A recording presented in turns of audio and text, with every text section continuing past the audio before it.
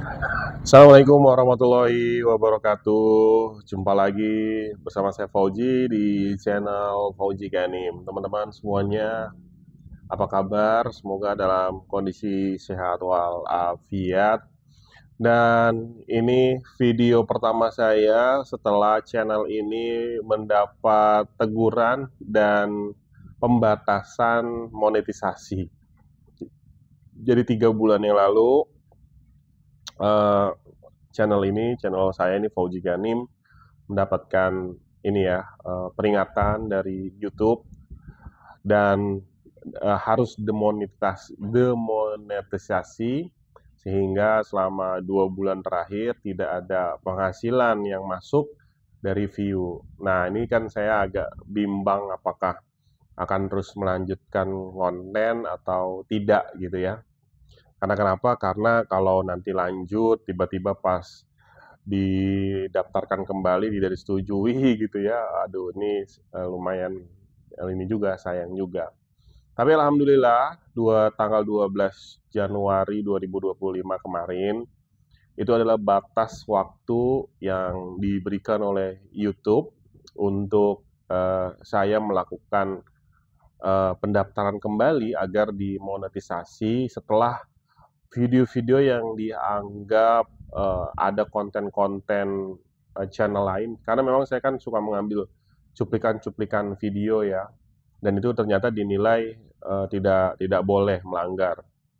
Tapi sudah saya edit, sudah saya potong-potong, sudah saya buang konten-konten yang memang ada video-video dari channel lain, sehingga ternyata alhamdulillah kemarin 2 hari lalu kita sudah berhasil termonetisasi kembali dan sudah ada dolarnya lagi gitu ya. Nah, cuma saya agak bingung karena kita harus mulai dari mana, karena sudah cukup lama tidak konten. Mau bicara politik pun saat ini momen politik sudah lewat ya. Pilkada sudah selesai di semua daerah di Indonesia, 514 kota kabupaten, 38 provinsi sudah semua melakukan pilkada secara serentak. Dan kita juga sudah punya calon-calon yang menang, kecuali yang memang sedang melakukan apa namanya, gugatan ke Mahkamah Konstitusi. Dan menurut jadwal dan informasi terkini bahwa pelantikan calon-calon kepala daerah terpilih itu baru akan dilantik pada bulan Maret 2025. Masih ada sekitar hampir 2 bulan lagi ya, karena prosesnya saat ini ada beberapa yang memang sedang melakukan banding ke Mahkamah Konstitusi. Nah, yang ada berita viral yang tidak kalah ramai diperbincangkan selain masalah politik, selain topik ataupun berita politik adalah berita PSSI atau Timnas Indonesia. Tanggal 6 Januari 2025, hari Senin sore tepatnya ya, Ketua Umum PSSI Erick Thohir memberikan keterangan pers terkait pemberhentian pelatih Timnas Indonesia yaitu Sintayong sebagai kepala pelatih. Jadi per 6 Januari 2025 Sintayong sudah tidak menjadi pelatih timnas. Lalu pada tanggal 12 Januari yaitu hari Minggu kemarin, Erick Thohir juga secara resmi mengumumkan pelatih baru timnas yaitu Patrick Kluivert. Nah, ini yang menjadi perbincangan hangat di dunia sepak bola Indonesia, di mana banyak pihak yang menilai bahwa penunjukan Patrick Kluivert sebagai pelatih timnas ini tidak sebanding jika tidak sekaliber Sintayong gitu ya. Kalau Sintayong pernah membawa eh, tim timnas Korea masuk Piala Dunia, bahkan mengalahkan Jerman ketika itu.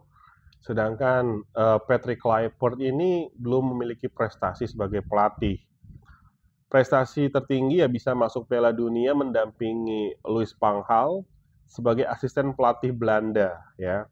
Tapi setelah itu bahkan banyak yang memberikan catatan Patrick ini tidak begitu sukses dalam menukangi salah satu negara yaitu bernama Curaçao dengan statistik hanya 4 kali menang, 4 kali seri dan 7 kali kalah. Ini yang menjadi catatan apakah seorang Patrick ini mampu untuk membawa prestasi dan meloloskan timnas Indonesia ke Piala Dunia 2026. Itu yang menjadi tanda tanya banyak fans. Namun, saya menilai secara mungkin ini subjektif gitu ya. 12 Januari hari Minggu lalu, ternyata yang dikenalkan oleh PSSI itu bukan hanya Patrick Kluivert sebagai pelatih ya, pelatih kepala. Namun ternyata PSSI sudah juga mengontrak 2 asisten pelatihnya Patrick. Yang pertama adalah Alex Pastoor, kemudian yang kedua adalah Dani Lansat. Ini adalah 2 sosok mantan pemain timnas Belanda di sisi gelandang yang juga bagus. Apalagi Alex Pastoor ini saat ini masih menjadi pelatih ya, pelatih di Liga Belanda. Kalau nggak salah Almere City, yang dimana di situ juga ada Tom Haye sebagai pemainnya. Dan dikenal Alex Pastoor ini memiliki kemampuan analitik dan strategi yang sangat bagus. Artinya sebetulnya ketika kita melihat PSSI ini melepas Sintayong tapi mendatangkan 3 pelatih sekaligus. Jangan kita melihat Patrick Kluivert-nya, tapi di situ ada Patrick, di situ ada Alex, di situ ada Dani. Jadi ada 3 pelatih sekaligus yang didatangkan oleh PSSI untuk membackup timnas Indonesia, dan di sisa pertandingan babak ketiga kualifikasi Piala Dunia 2026, di mana kita dalam waktu dekat di bulan Maret akan melawan Australia dan Bahrain, dan juga nanti di sisanya ada Cina dan Jepang. Ini harus dimaksimalkan betul sehingga kita bisa mendapatkan poin maksimal dan lolos ke Piala Dunia 2026. Itu yang ditargetkan oleh PSSI. Nah, yang menjadi pertanyaan, apakah itu akan terjadi atau tidak?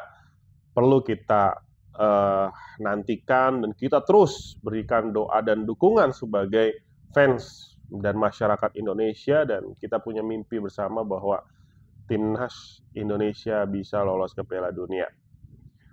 Ini ngomong alor hidur nggak jelas, tapi mudah-mudahan ini salah satu konten yang memberikan informatif untuk masyarakat, khususnya para fans bola. Oke, mungkin itu aja dulu sharing sedikit di video pertama setelah masa demonetisasi. Semoga channel ini terus berkembang. Jangan lupa subscribe channel ini. Assalamualaikum warahmatullahi wabarakatuh.